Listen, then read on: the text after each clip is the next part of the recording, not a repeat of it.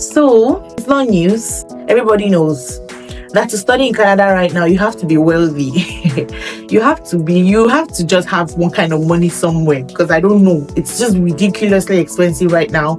And even as expensive as it is, it's not so easy to get in, right? There's so many policies and all of that's making the process really tight, and a lot of people cannot afford it. And that is why today I want to share with you my permanent resident journey from Nigeria to Canada. A lot of you do not know, but you can get permanent residence from Nigeria to Canada. You don't have to come as a student, you don't have to come through visits without having to pay those huge school fees. Having said that, I shared an opportunity on my channel. I'll link the video somewhere around so you can watch it if it's something that you are interested in. If you cannot afford to school, but you really want to school in Canada, there's a company that's willing to help you, fully fund you to come to school in Canada. So they will pay your full tuition and also pay your living expenses for the first 1 year. I have that in the video here, so please watch it if something that you're interested in. Let me take a moment to say that I will be featuring one of the students that was able to come to Canada through this process. One of you watched this video, one of my videos, and she reached out, and a lot of them, let me just speak of the girl. She reached out and we're able to help her, direct her, and she got the funding, she got her visa. She's in Canada as I speak to you. So when she's fully settled, I'm going to make a video with her and she's going to share her experience. Okay, maybe that would also ginger one or two of you guys. So if it's something that interests you, do well to try that. If you do not have money for school fee, be willing to try the other route, which is expressentry, and I'll be sharing my process today. Let's go. Let me tell you what expressentry means. Expressentry is a program that the Canadian government has created to bring in skilled workers. Okay, so if you are educated, you have a certain job experience, or you have a certain qualification or professional qualification, you can apply for this opportunity. It is a score-based system. Okay, every individual has a particular score they can accumulate based on these requirements that I will list. The first requirement being your age, the second requirement being your educational background or qualification, the third being your work experience, the fourth being your language expertise, the fifth being your Canadian work experience or Canadian education, which a lot of us don't have from Nigeria, of course. One other one is your family ties. I said age. The first thing about age is when you are within 20 to 29, you're able to get the best score for age. You just max it out, which I was lucky too, because at the time that I applied, I was within 20 to 29. Okay, and I was able to get full score for that. You can't change your age, right? So it is what it is. If you are 30 and above, 40 and above, it does not mean that you won't get scores, but the older you are, the lower your score. Okay, but don't get discouraged. There are other places you can get your scores from. The second is your educational qualification, or your education. So your education is basically saying if you have a master degree, you have a BSc, you have a PhD, you have ND and HND, okay, put together.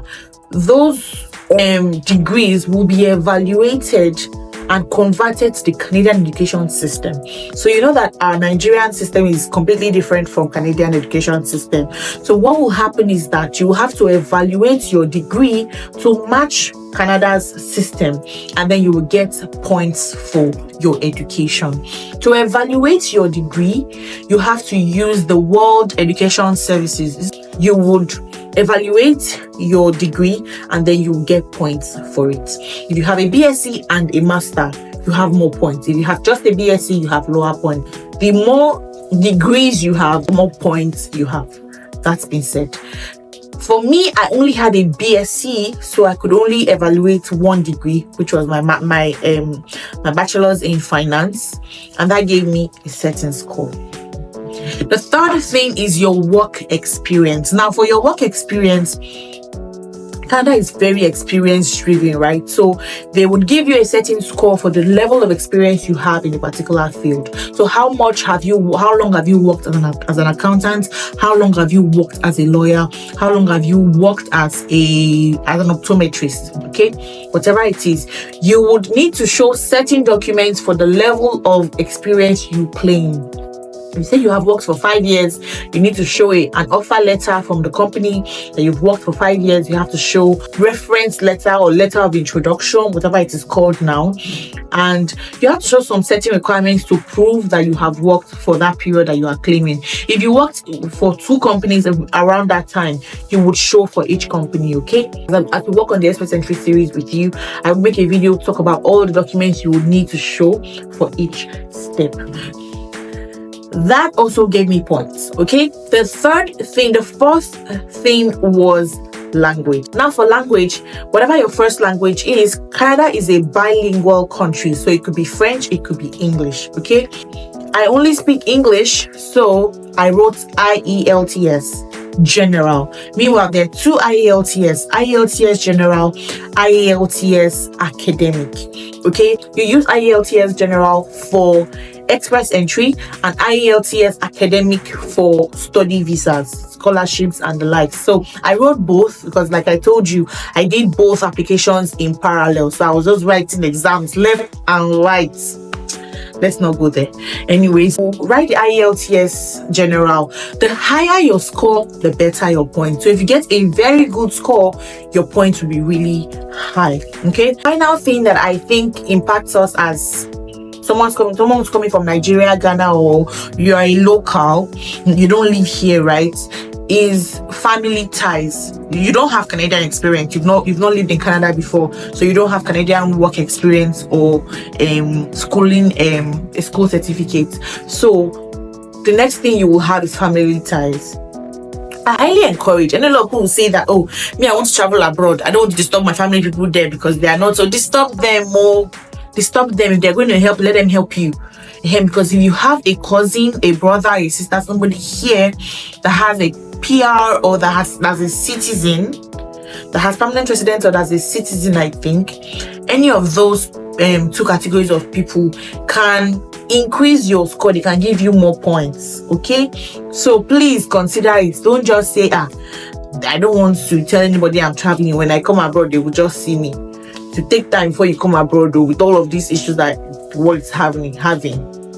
So if you have anybody here, please, that would also add to your score.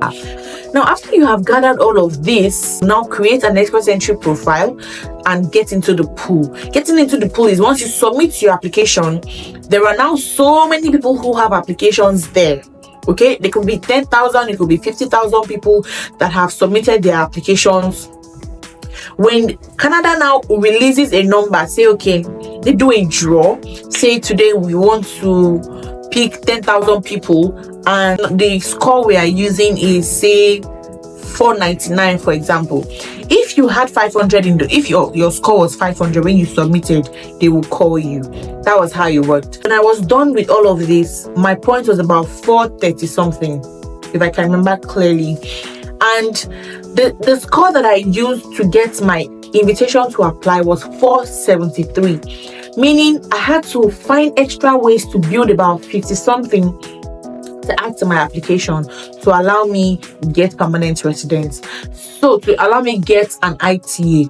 So if it's something that you are interested in, you want to know what are those little things that we can do to push our score up, let me know. I will make a video on it and I will share it with you. I have a lot of information on that because I did so many here and there to push my score up, and then I also got information from other people that also did something to push their score up. Okay, all the things you're going to do will be legal, will be things that you can show your scores, you can show your documents for. It will help push your score. Okay, I got that information, it helped me, and so I can share it with you. Okay, so let me know if you're interested in that video. Just let me know that Annie, make that video and I will make it ASAP and I will post it ASAP. Okay, let me know that you want it. I don't want to spend time making videos that you guys do not need. All right, so if it's something that you think you will find useful, let me know and I'll share. So invitation to apply is where they tell you, we've seen all the requirements that you put in, you meet our score for the day, come and apply for permanent residence. So you apply for permanent residence within a month. All the documents that you have submitted, your proof of work experience, your education, your work evaluation, you will do proof of funds, you will do your police certificate, you will do your show your marriage certificate if you are married, show documents to just prove whatever it is that needs to be proven. Everything you submit it and you process, they'll process your permanent residence. You get your permanent residence and you come over to Canada. Thing I would advise you to do is do a sample analysis of what your score will be when you get into the pool. Okay, so I put a link down here, and you can also Google it. You just Google express entry calculator, CRS score calculator. Okay, just enter it. It asks you to enter some information, and when you enter that information, to give you an idea of what your score will be when you go into the pool. Now when you do that, you can now start to say, okay, what do I need to do to improve my score? All right, now having said that, I highly recommend permanent residence for family. If you are somebody who wants to come abroad, but you have a husband, you have a spouse, you have children, and you don't have money to fund all of them, and you don't just know what to do, you don't want to leave them behind, permanent residence is the only thing you should be thinking about. It's the only thing you should be thinking about. The reason is because if one person applies, other people, the other members of the family are dependents, and they can all come with you. So I would say that you should try that option, and let's see how God is willing to help you through it. Thank you for watching this video. I will be waiting for your comments, your questions. I will be down there waiting to respond to each and every one of them. See you in my next video. I'm so busy, but I've been thinking about what I wanna do with you.